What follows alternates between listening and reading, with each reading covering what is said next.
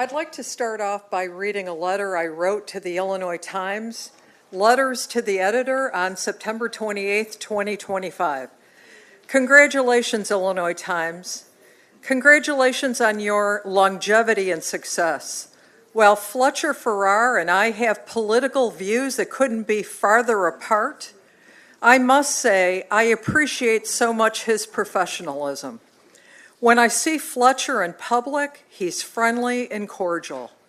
As we wade through trying times in political discourse, I am pleased to know that it is possible to care enough to be kind. Sincerely, Rosanna Polito. After watching last week's City Council meeting and watching different alderwomen opining on what they were upset about, centered around the way people are treated or discriminated against, I decided to speak out. You all took an oath of office.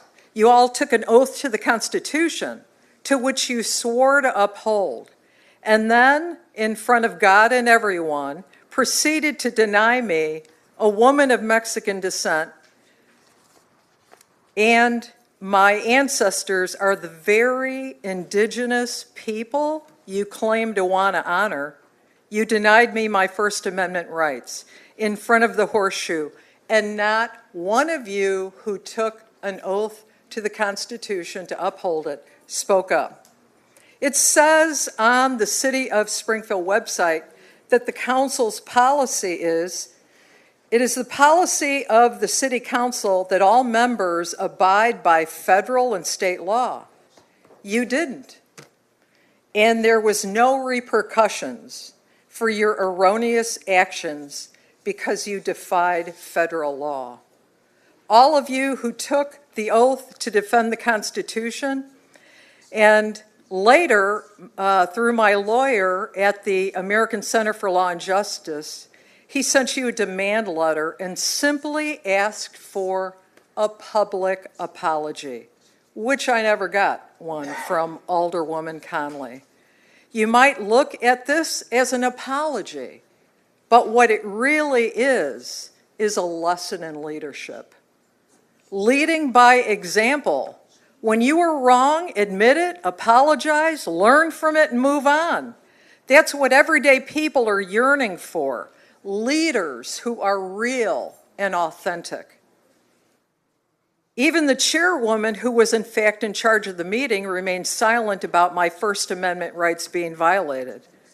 I wish at the next meeting she would have opined about the error that was made and about the behavior that was displayed, like she did last week. But it's obvious to everyone why the apology never happened. Because I do not hold the same political ideology as these two alderwomen. Therefore, the error was totally ignored by the so-called leaders in the Springfield City Council. Another discrepancy I'd like to speak about at this meeting is my friend who came to a meeting, had a small sign in the crowd that said, "We support Abigail Wheeler." She was reprimanded by an alderman. "No signs allowed," he said.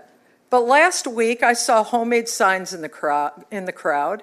I didn't hear an alderman reprimand them. Again, watching the double standard in the City Council meeting.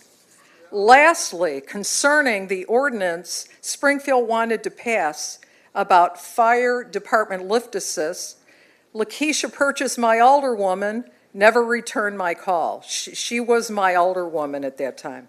I call because my life work, to a great extent, has been with senior citizens and caring for them.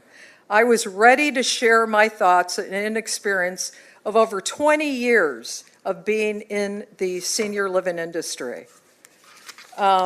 Lastly, I want to say, instead of grandstanding for Indigenous People Day, you had the opportunity to uphold the constitutional rights of a woman of Mexican descent whose descendants are indigenous people, and you failed. Truth is stranger than fiction. Note to self, the Springfield Lame Stream media was here that day, and none of them covered the fact that my First Amendment rights were violated. They only notice when it happens. Thank you, Ms. Polito.